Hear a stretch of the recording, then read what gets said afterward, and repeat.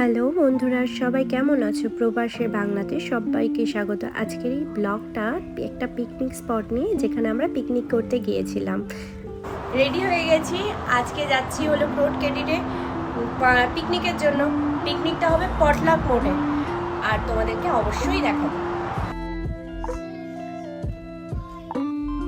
আমাদের সাথে অনেকেই ছিল, যাদের সাথে আমি তোমাদেরকে পরিচয় করিয়ে দেবো। ইনি হলেন আমাদের প্রজ্ঞা, আর ইনি হলেন আমাদের মিষ্টি অর্পিতা, আর পাশে বসে রয়েছে আমাদের কাকিমা, যিনি হলো অর্পিতার মা।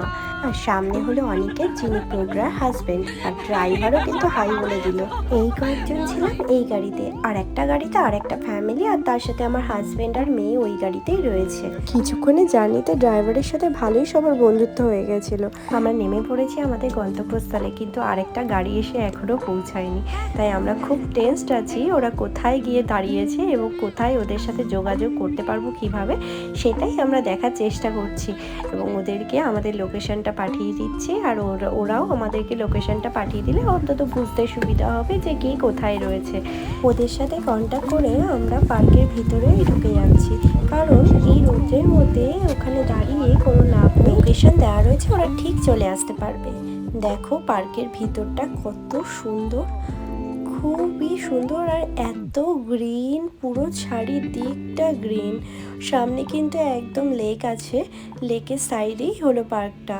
সবাইকে একটা জায়গায় বসিয়ে আমি আর অনিকেত এই পার্কের ভিতরে জায়গা খুঁজতে এসেছি, যেখানে আমরা সবাই মিলে বসে একসাথে মজা করতে পারবো। এখানে পার্ক বলতে কিন্তু চারিদিকে দেখো ধু ধু শুধু সবুজ আর নীল, সবুজ আর নীল। আর সব চারিদিকে সবাই পিকনিক করতে এসেছে এবং একটা জায়গা চুজ করে সবাই বসে গেছে, কারণ শনি রবিবার বলে কথা, সবার উইকেন্ড। এখানকার লোকেরা সারা সপ্তাহ এই উইকেন্ডটার জন্য অপেক্ষা করে থাকে, কখন এই উইকেন্ডটা আসবে। কারণ সারা সপ্তাহ অক্লান্ত পরিশ্রম করে, এই উইকেন্ডটাই ওদের মজা করার সব থেকে সঠিক টাইম। পুরো পার্কটা ঘুরে একটা জায়গা সব শেষে পেলাম, একটু মনের মতন জায়গা হয়েছে, যেটা একদম লেকের পাশে। এই পাথরগুলো পেরিয়েই কিন্তু লেকের সামনে যাওয়া যায় এবং দারুণ সুন্দর, পরে তোমাদের অবশ্যই দেখাবো। আর এই হলো সেই জায়গাটা, যে জায়গাটা আমরা বসার কথা ভাবছি। আমার কিন্তু জায়গাটা ভীষণ পছন্দ হয়েছে, কারণ একদম লেকের সামনে, আর ফুরফুর করে খুব হাওয়া দিচ্ছে, আর হলো অপূর্ব দৃশ্য। দেখো কি সুন্দর লেকটা। লেকটা দেখলে মনে হয় সমুদ্র থেকে কম কিছু নয়, এত বড় আর এত সুন্দর দৃশ্য। কিন্তু জানো তো, একদম লেকের সামনে আমরা জায়গাটা চুজ করেছি, তো একটু রিস্ক আছে বাচ্চাদের জন্য, কারণ আমাদের সাথে আরও একটা বাচ্চা রয়েছে, আমার মেয়ে ছাড়াও আরও একটা ফ্যামিলি বলেছিলাম না, অন্য একটা গাড়িতে রয়েছে। সেই বাচ্চাটা দেখো ওই যে আসছে, আর ওই আমার হাজবেন্ড, আমার মেয়ে, অনিকেতা, সবাই আসছে টুকটুক করে। আর আমি কিন্তু জায়গাটা পাহারা দিচ্ছিলাম। সবাই এসে দেখলো জায়গাটা, সবারই জায়গাটা ভালো লেগেছে, কিন্তু ওই একটা সমস্যা, একদম লেকের সামনে বাচ্চাদের একটু প্রবলেম হবে, কারণ বাচ্চারা যদি লেকের সামনে চলে যায়, কারণ ওরা তো বাচ্চা, ওদের তো কোনো জ্ঞান বুদ্ধি হয়নি যে কোনটা করা উচিত কোনটা করা উচিত নয়, তাই আমাদেরই একটু দেখে রাখতে হবে বইকি। আরও সবাইকে বলা হলো সবাইকে চলে আসতে, সবাই আস্তে আস্তে এক এক করে চলে আসছে, এবং সবাই মিলে ডিসাইড করবে এই জায়গাটা না চুজ করে অন্য আরেকটা জায়গা। যাতে দেখো ঋত্বিক তো এসেই, আমি বুঝতেই পেরেছি ওর এই জায়গাটা ভীষণ পছন্দ হবে, তাই জন্য ও আগেই ওখানে পাথরগুলো পেরিয়ে লেকের সামনে চলে গেল। ওর এই যাওয়া দেখে আমারও ভীষণ লোভ লাগছিল ওখানে যেতে, তাই জন্য ওর পিছু পিছু আমিও চলে গেলাম ওই লেকের সামনে। এবার তোমরা দেখো লেকের একদম তীরে চলে এসেছি। এখানে এই হালকা বাতাস, শান্ত পরিবেশ, আর জলের এই কুলুকুলু আওয়াজ এক অনন্য অনুভূতি এনে দেয়। সত্যি বলছি তোমাদেরকে, এত ভালো লাগছে না, ভাষায় প্রকাশ করতে পারবো না।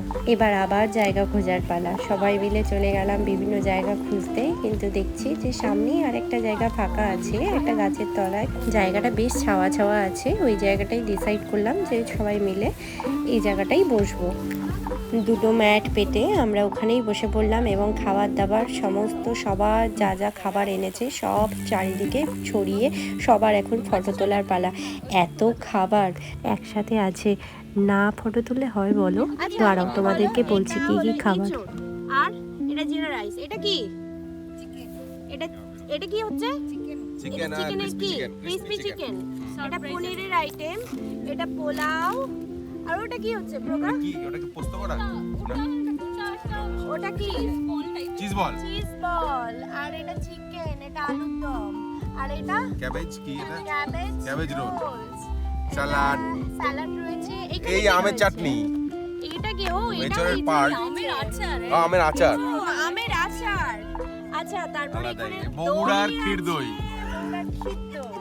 ঠিক আছে, ফিশা দই, বাংলাদেশের আরো অনেক কিছু রয়েছে। এই দিকে আমাদের সব খাবারের স্যালাড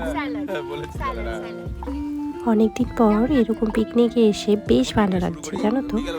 হাসি মজা খাওয়া দাওয়া একদম জমজমাট পরিবেশ।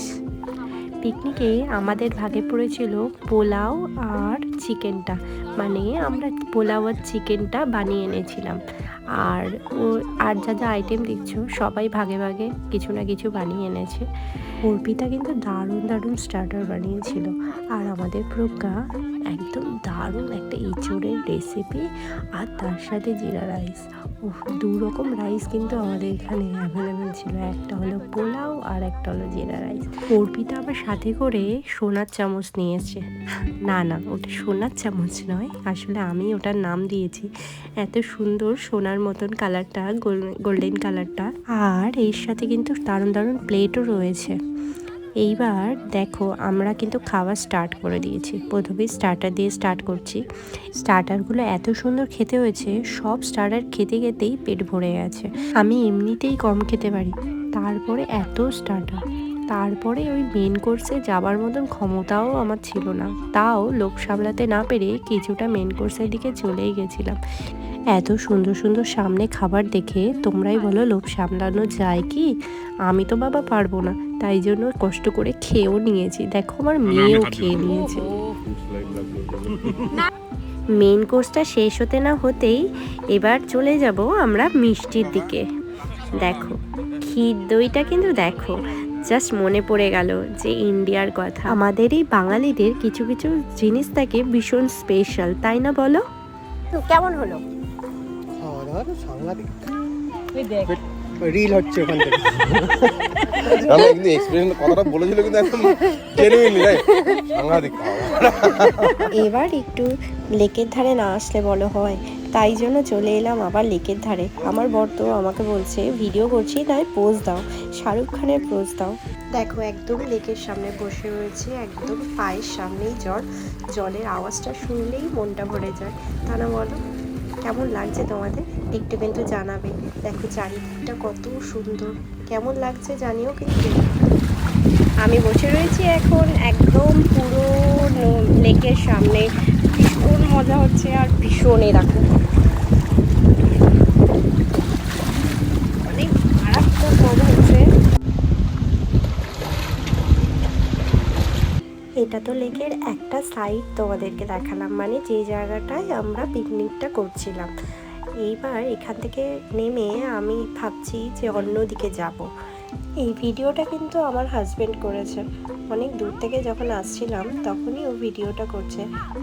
এবার সবাই মিলে আমরা ডিসাইড করলাম ব্যাগপত্র গুটিয়ে লেকের অন্য ধারে গিয়ে বসবো।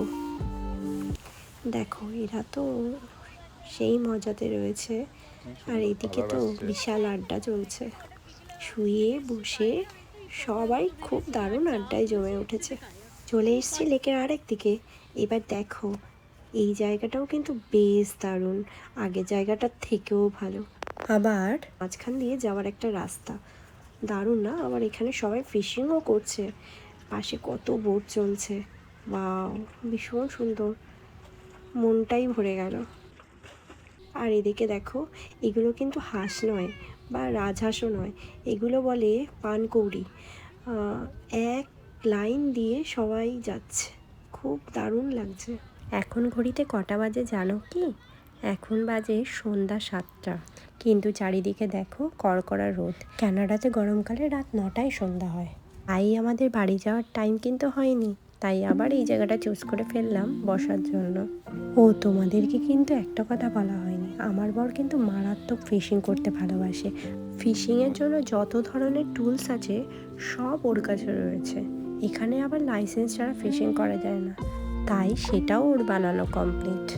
একদিন তোমাদের কাছে ফিশিংয়ের ভিডিও নিয়েও আসবো। দেখো দেখতে দেখতে কিন্তু সন্ধ্যা হয়ে গেল, আস্তে আস্তে এবার সূর্য ডোবার পালা। এখন আমরা বোট ক্রেডিটের একদম ডক এরিয়ার সামনে চলে এসেছি। এই ডক এরিয়াতে এই বোটগুলোকে পার্ক করে রাখা হয়। এখন ঘড়িতে বাজে রাত 9:30। বাচ্চারা খুবই টায়ার্ড হয়ে গেছে, তাই জন্য আমরা তাড়াতাড়ি করে বাড়ি ফিরে যাব। তোমাদের এই ভিডিওটা কেমন লাগলো আমাকে কিন্তু অবশ্যই কমেন্ট করে জানিও, আর ভালো লাগলে লাইক আর সাবস্ক্রাইব করতে ভুলো না। আজকের মতন টাটা, আবার তোমাদের সাথে দেখা হবে অন্য একটা ভিডিওতে।